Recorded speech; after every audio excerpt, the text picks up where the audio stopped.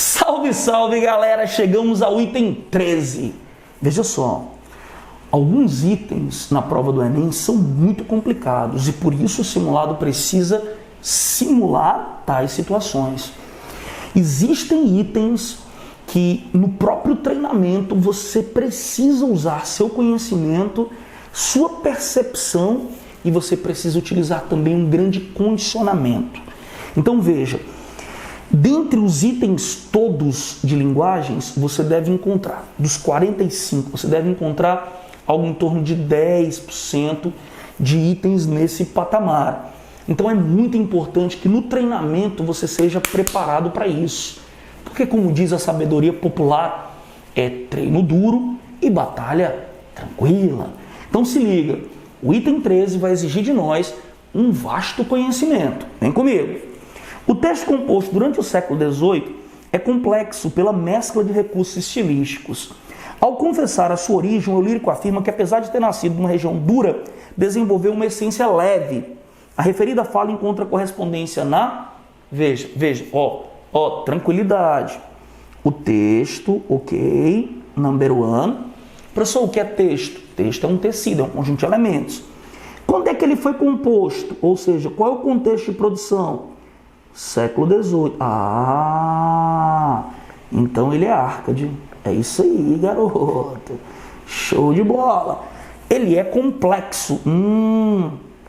Por que ele é complexo?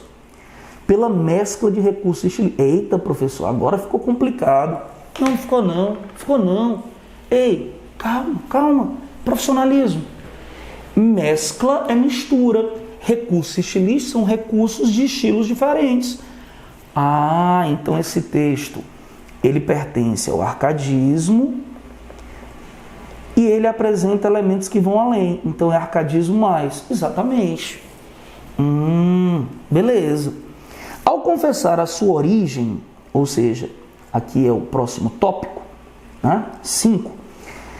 O eu lírico afirma, o texto é lírico, 6, que apesar de ter nascido numa região dura, ok, desenvolveu uma essência leve.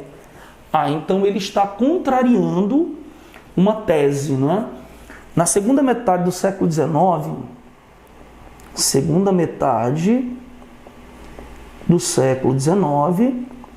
houve uma proliferação de teorias científicas, quando na construção de um estilo chamado naturalismo. E os autores naturalistas, eles eram obcecados pela ideia de que o comportamento do ser humano variava de acordo com alguns fatores, o biológico, a hereditariedade e o fator sociológico, ou seja, o meio. Então, esses autores naturalistas passaram a escrever romances de espaço, em que o personagem central era sempre o meio. Um exemplo maior na literatura brasileira é o Cortiço, do Aloysio Azevedo. Então veja o detalhe. Para os autores naturalistas que defendiam o determinismo, o comportamento do indivíduo é consequência do meio. Então, se você nasceu num ambiente duro, você vai se tornar uma pessoa dura. Essa é a lógica determinista. A grande questão é que o eu lírico da composição está contrariando esse pensamento, A contrariedade de tal fala ou discurso encontra correspondência em que alternativa? É isso que a questão quer saber. Vamos ao texto, Aqui o autor Cláudio Manuel da Costa está explicado. Cláudio Manuel é ambivalente. Professor, ambivalente, essa expressão ambi advém de dois, Ele é um autor Árcade, mas os seus textos apresentam resquícios de uma escola imediatamente anterior, que é o Barroco, e de uma escola imediatamente posterior, que é o Romantismo. Então, mesmo sendo um autor Árcade, ele vai apresentar características de dois outros estilos, o Barroco e o Romantismo, Isso é extremamente importante. Destes penhascos fez a natureza o berço em que nasci. É interessante observar isso, Porque ele está falando do lugar que ele nasceu, natureza local. Isso é tipicamente romântico. Ó quem cuidara que entre pedras, pensam pedras tão duras, se criar uma alma terna, um peito sem dureza. Vejam que há uma oposição. Então o texto é de um autor Árcade, mas tem a natureza local romântica e a contradição barroca. É realmente um texto ambivalente. Então veja que ele contraria a tese determinista, Bem, encontra correspondência na produção folhetinense José de Alencar? De jeito nenhum. A produção folhetinense José de Alencar é uma produção voltada para a exaltação dos hábitos, costumes e valores da classe burguesa. São textos superficiais, nem existe aprofundamento de reflexão sobre o homem, sobre a sociedade. São histórias de amor com final feliz. Prática prosaica da fase madura de Machado de Assis, aí sim. Na segunda fase da produção machadiana, é possível perceber um posicionamento antirromântico e antinaturalista.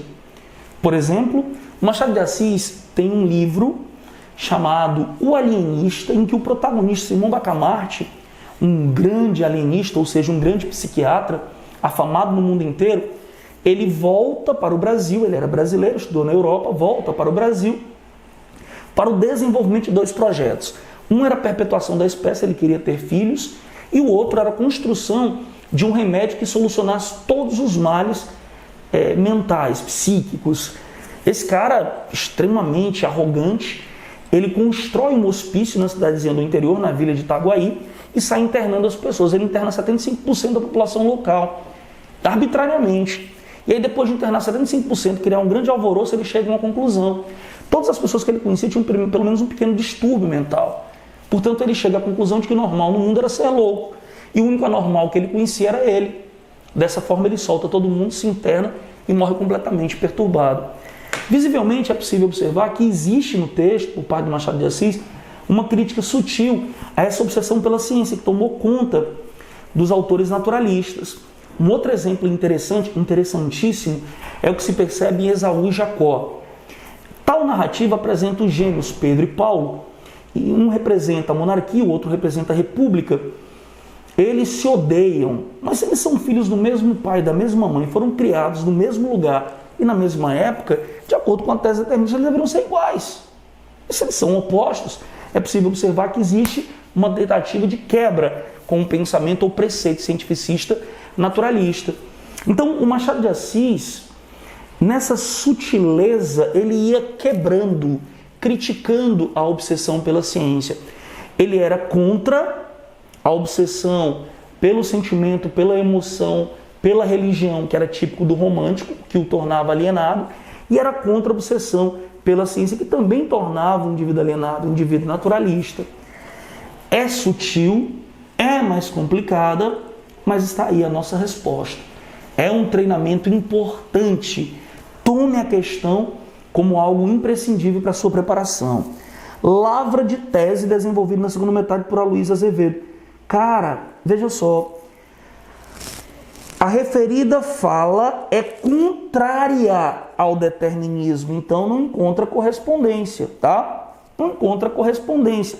Vai de encontro, tá bom? De encontro, nega. Narrativa subversiva de Macunaíma. Não, a intenção do Mário de Andrade com Macunaíma era quebrar com o indianismo romântico. Obra documental de denúncia da violência no interior do país presente em Os Sertões. Não, em Os Sertões, o interessante não era contrariar a tese determinista, muito pelo contrário, era defender. A narrativa é organizada em 3 partes, e a primeira parte se chama A Terra e a segunda o Homem, e a intenção é mostrar que o meio determina como se forma um sertanejo. Sendo assim, a nossa resposta é a letra B. Valeu, galera!